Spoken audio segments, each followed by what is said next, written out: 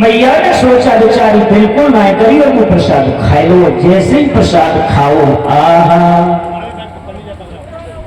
आंखों के सामने सुंदर सुंदर तस्वीरें आना शुरू हो गई।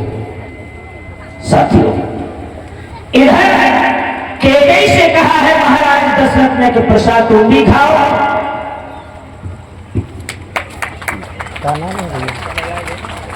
एक पर्चा बना दीजिए, पर्चा बना। साथियों, केकई की जबान खुल रही थी। जब कुछ नहीं बोल पाई तो समझ गए महाराज के ये पुत्र प्राप्ति नहीं चाहती है। उसी समय कौशल्या के प्रसाद से कुछ भाग निकाल करके केकई को दिया है। तीनों पत्नियों को अपने सामने वो प्रसाद खिलाया और जैसे ही प्रसाद खाया वो तीनों पत्नियां गर्भवती और पुत्र मैया अंजनी भी गर्भवती। धीरे धीरे समय वही गुजरता चला गया। गर्भमास इन देवियों का जब पूरा हुआ है तो मैया कौशल्या की गोद से बड़ा सुंदर बेटा जन्म लेकर के आया, भगवान श्री राम।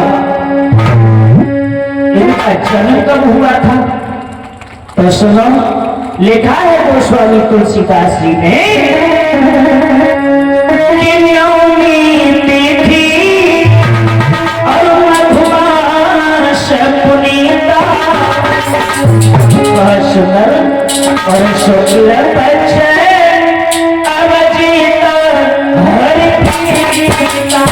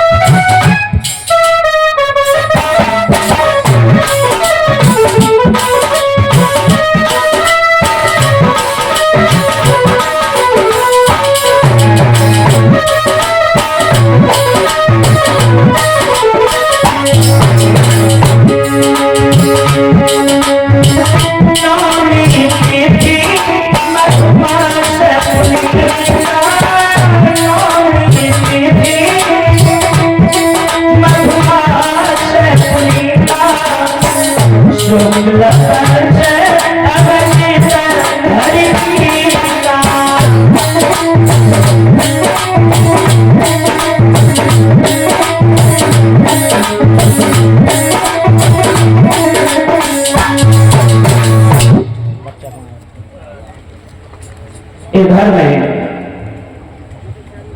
भक्त श्री शैलेश यादव जी के ससुर जी के द्वारा ये हमारे समस्त शास्त्री मंडल को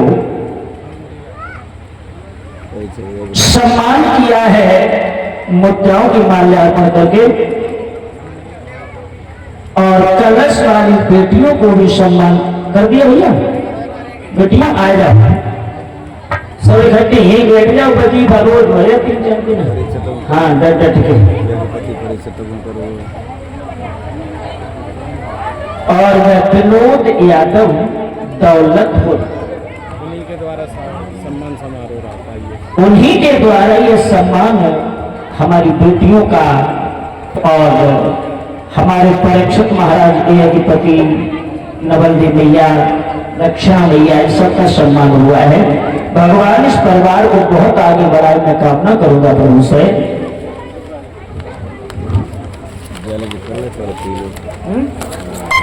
और ना बड़ा डांस का भी चलो हम करवा देते हैं। लोगों का कितनी लंगड़िया करो कि नचिए ही कोई मालूम करेगा। अच्छा, अरे क्या बात है, कल तो नची रोज हमारे यहाँ इस चीज का बहुत बड़ा वो है। नचाई और भैया सब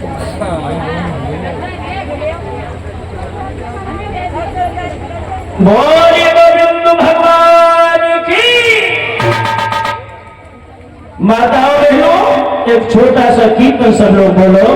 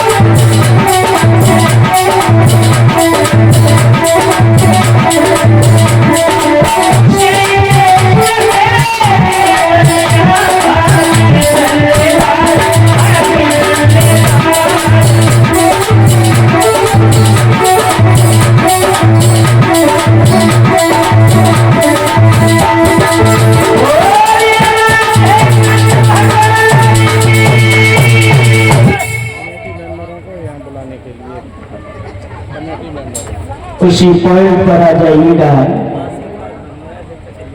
श्री सुखदेव जी कहते हैं उत्तरानंदन परीक्षित,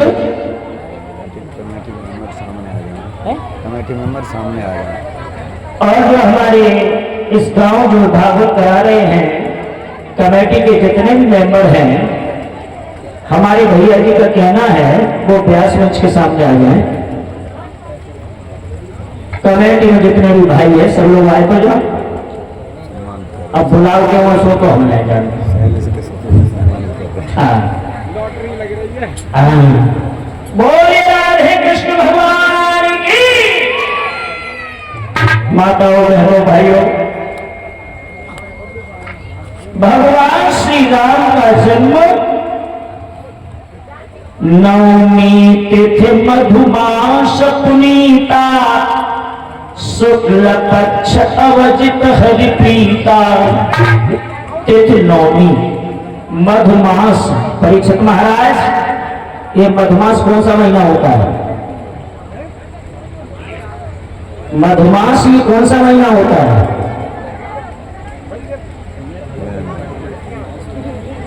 ये वो मंदिर को हमें बता दो, तब तो वो कहा ढंग से सुनो। हाँ आज बताने तो भूल में नहीं हो। मधुमास ये चैत्र का महीना होता है। जो अंग्रेजी का महीना जनवरी से शुरू होता है और हिंदी का महीना चैत्र से शुरू होता है। हाँ ध्यान रखिए ना, कोई और पूछ दे कहोगे हमारे मालूम, कैसे नहीं मालूम, बड़े बूढ़े हुए हम तुम्हारे बच्चा है।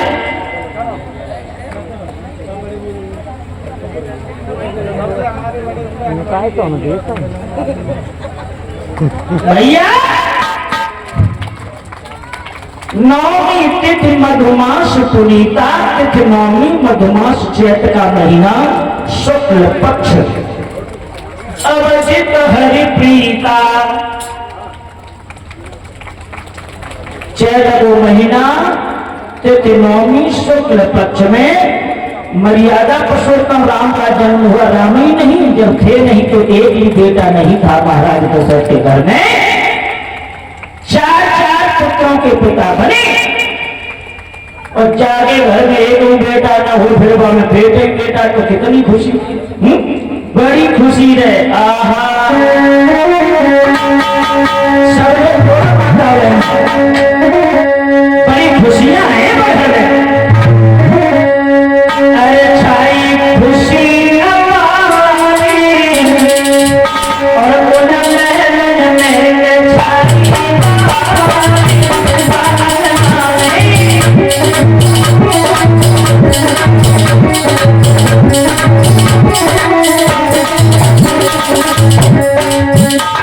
भैया तो मैं बोले तो एक ही आ जाए। हमें मालूम है धर्म को बिजली हमारी सकती नहीं। छाई खुशी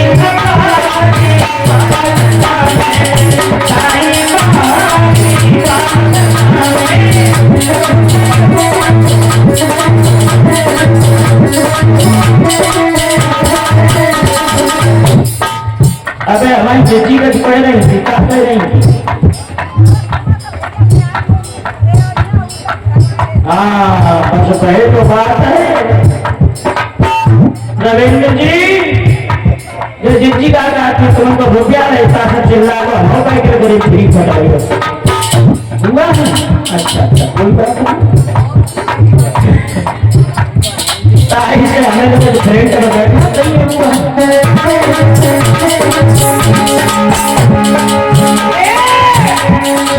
खुशी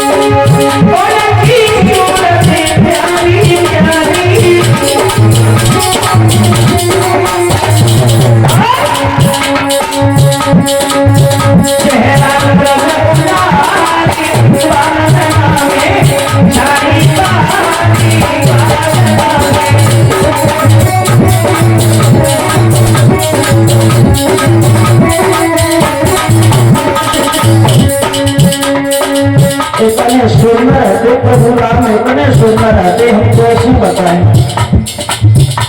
जब प्राणी की दुनिया तो सोचो कि शादी में कितना सुंदर हो। हम सुंदरता का वर्णन कर ही नहीं सकते हैं क्योंकि हमने आंखों से देखे ही नहीं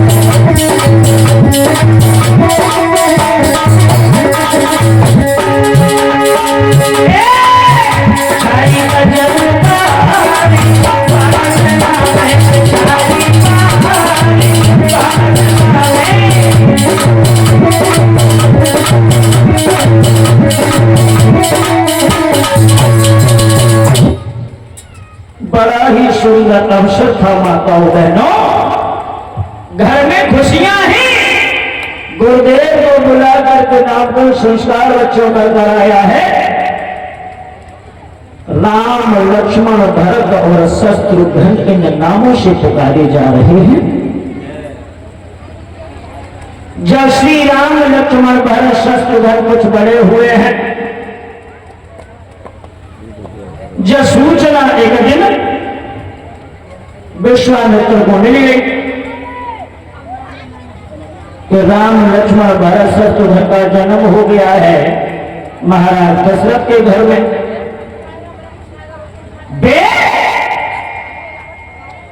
आज महाराज दशरथ के घर बड़ा सम्मान हुआ है। महाराज दशरथ कहने लगे, ऋषिवर क्या इच्छा लेकर के आए हो, प्रकट कीजिएगा। कहे एक इच्छा है, अगर तुम मने न करो तो बोलो। ऐसे नहीं मांगेंगे, पहले तिरवाचा भरो। क्या हाँ, तिरवाचा भरो, 3 बार कहो कि देंगे देंगे देंगे, तब मांगेंगे। और मैंने मांगा तुमने नहीं दिया, मेरा अपमान होगा।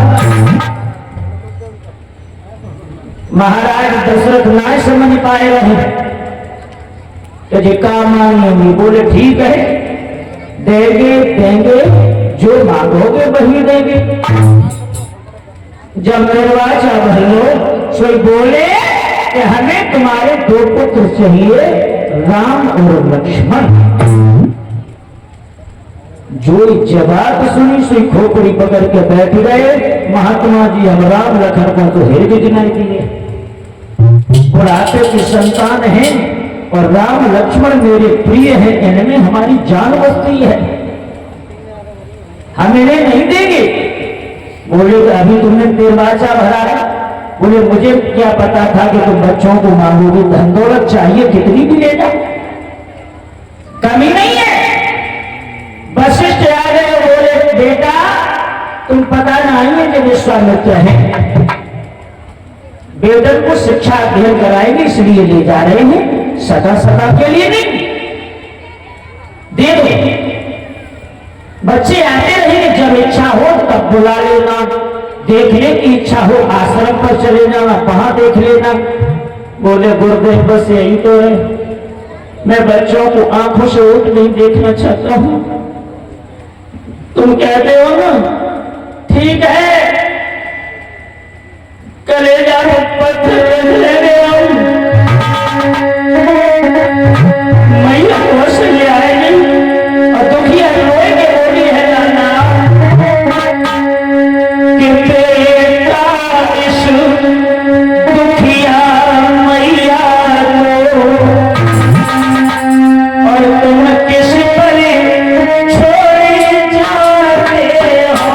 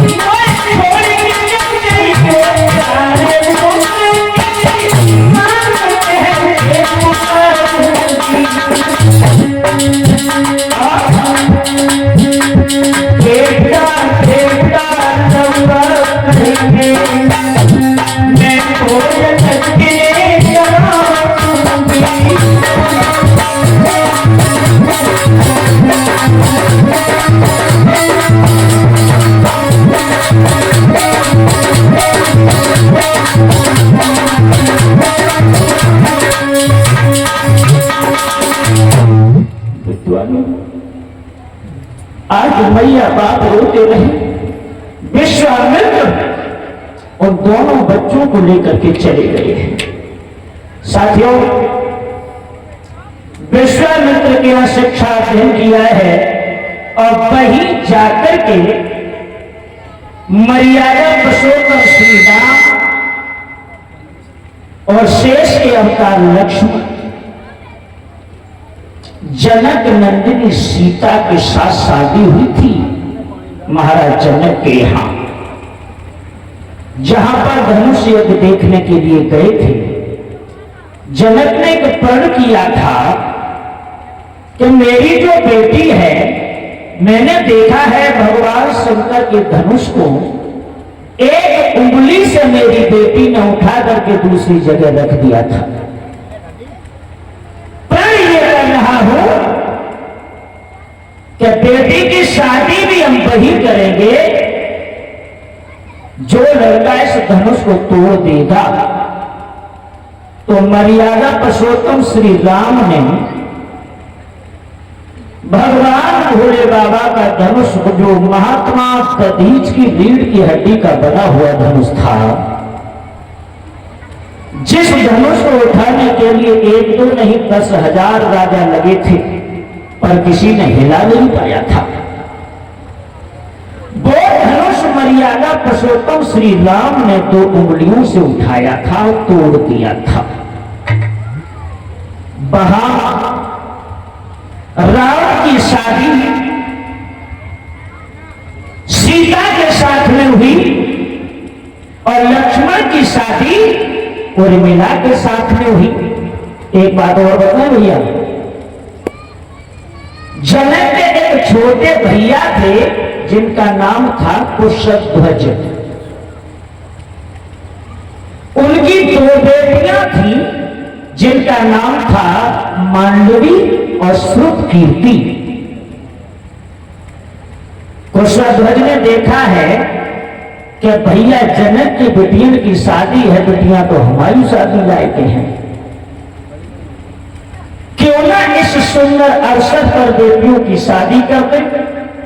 राम लक्ष्मण की हो गई है कि दो भैया और है, भरत शत्रुघ्न। तो कुशध्वज ने अपनी बेटी मांडवी का विवाह भरत के साथ किया और श्रुतकीर्ति का विवाह शत्रुघ्न के साथ हुआ।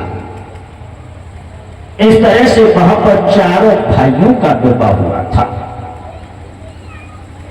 श्रीमद्भागवत महापुराण के अंदर में सूर्य वंश की जो कथाएं हैं वो बड़ी सूक्ष्म रूप से दी है। थोड़ी मुख्य पॉइंट दिए गए हैं और ये है कृष्ण कथा साप्ताहिक पारायण। अगर रामचरितमानस की कथाएं कहना शुरू हो जाए तो 7 दिवस के अंतराल में हम रामायण की कथाएं विश्राम नहीं कर सकते।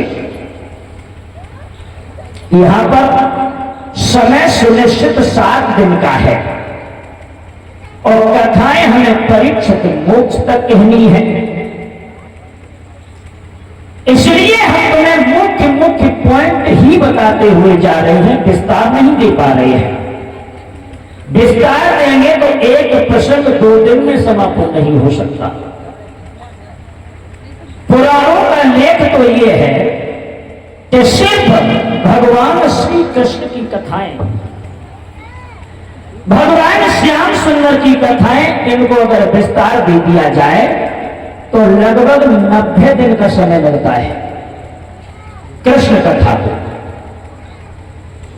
और समय केवल 7 दिवस का है। तो मुख्य पॉइंट बता रहे हैं। भगवान श्री राम गोस्वामी तुलसीदास जी ने बताया है कि शादी के 12 साल 3 महीने के बाद 14 वर्ष का वनवास हुआ था। तापस भेष विशेष उदासी 14 वर्ष राम वनवासी। तापस भेष, तपसी जैसा भेष, विशेष संविच्छेद करो तो अर्थ चेंज होता है। विशेष, शेष के अवतार कौन थे? लक्ष्मण। उदासी कौन? सीता जी।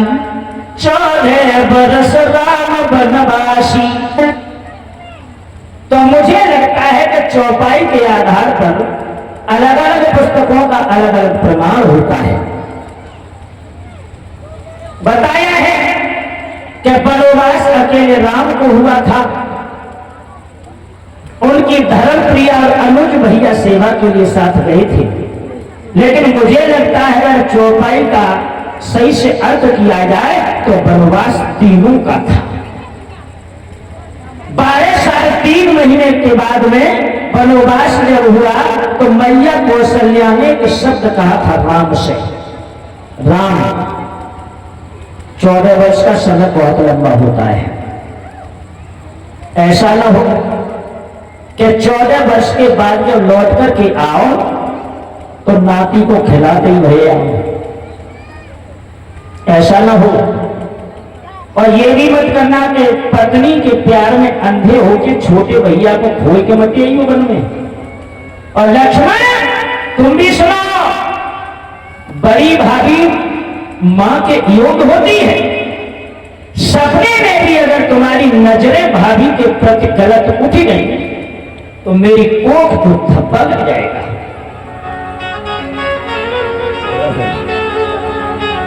लक्ष्मण बोले, मैया हमें एक बात बताओ, ये सपना आता कब है? लाला, सोते समय।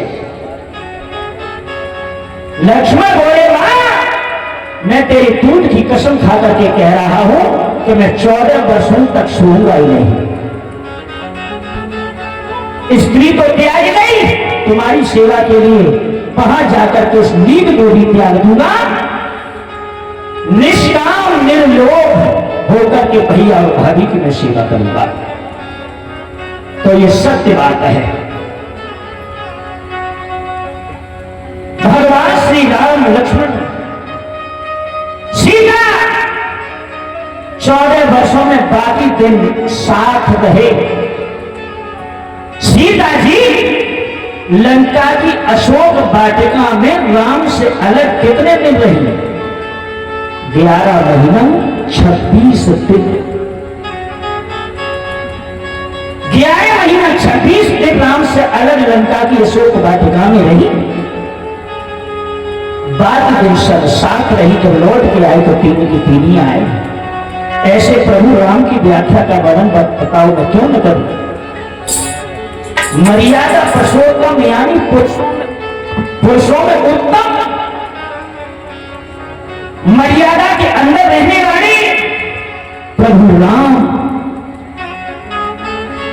सचराचर के स्वामी, सारे जगत के स्वामी। गुणगान करना मेरा धर्म बनता है। माताओं बहनों भाइयों, कल भगवान की कथाओं का 5वां दिन है। कल भगवान कृष्ण का जन्म भी होना है। जन्म के अवसर पर जो भी माताएं बहनें कुछ भेंट करना चाहती वो लेकर के आएंगे। शाम के समय हम गोवर्धन की पूजा भी करेंगे। सुबह के समय कृष्ण का जन्म, शाम के समय गोवर्धन पूजा। तो माताओं बहनों अपने अपने घर से खीर, पूरी, पुआ, रसगुल्ला, बालूशाही बनाए के लाइए। भगवान कन्हैया ने इंद्र का मान मर्दन करके जब केवल गोवर्धन का पूजन कराया है, समस्त ब्रजवासियों ने बड़े हंसी खुशी से पूजा की है। 2 क्षण का समय हम तुम्हें लेते हैं भैया रविंद्र के कहने के आधार पर। वीर शैल आल्हा में मछला हरण की कुछ लाइनें हम तुम्हें सुनाएंगे, क्योंकि वो 5 मिनट का समय सुनिश्चित कर दिया करो कि अगर नहीं कहते तो आ जाएगी बस कर दी। देखिए पृथ्वीगढ़ में बड़ा ही विकट संग्राम हुआ था। और वो किस तरह से हुआ? आल्हा की धर्मपत्नी मछला का हरण पृथ्वीगढ़ के ज्वाला सिंह ने किस तरह से किया है। मोहब्बत वाले जवानों ने पृथ्वी को फूंक करके किस तरह से मछला को वापस लेकर के आए हैं। 2 लाइन आप लोग सुनेंगे।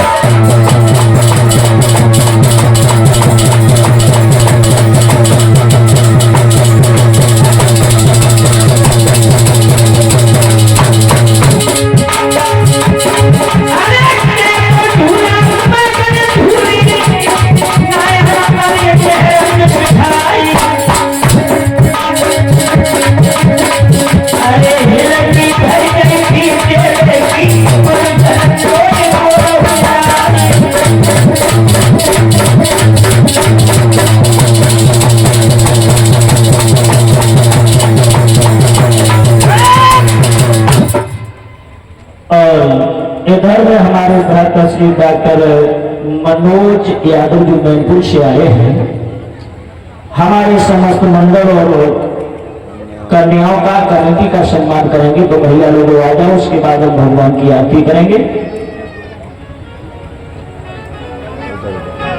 कलश वाली बेटियों आ जाओ, वजीफा आएगा।